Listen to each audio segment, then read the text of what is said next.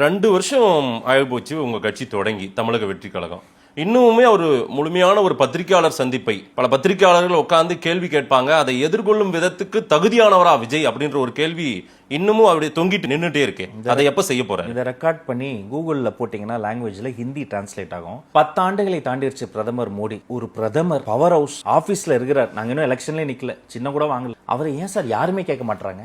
நான் அரசியலாம் தள்ளி விட்டுருக்கேன். நான் கலைஞர் எல்லாம் பல முறை போய் பார்த்திருக்கேன். அவர் கூட்டங்கள்ல அவர் பேசுறதை ரசிச்சு இருக்கிறேன். கலைஞர் நடத்திய அளவுக்கு பத்திரிகைகள் சந்திப்பா மு.க. ஸ்டாலின் அவர்கள் நடத்தியிருக்காரா? தமிழ்நாடு பத்தி எரியுது, நீலகிரிக்கு மலர் கண்காட்சிக்கு போறாருங்க.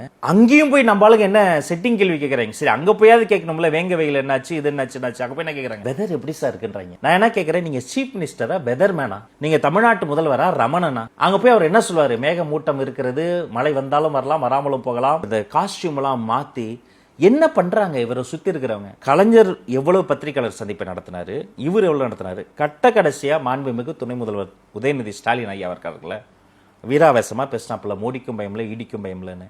அமித்ஷா இங்க சென்னை வந்துட்டு போனாரு. அவர்கிட்ட மைக்க தாங்க நீட்டாங்க. பாம்பை பார்த்த மாதிரி, ஐயோ தெய்வமே விட்டுருங்க தெய்வம்னு ஓடுறாப்புல. இவங்க யாருமே பத்திரிகையாளர் சந்திப்பை இப்போ வரைக்கும் முழுசா நடத்தல. மீறி நடக்கக்கூடிய பத்திரிகையாளர் சந்திப்புல அதை பத்திரிகையாளர் சந்திப்புன்னு சொன்னா மாதேஷ் பிரதர், அது பத்திரிகை துறைக்கே ஒரு அவமானமா நான் பார்க்கிறேன்.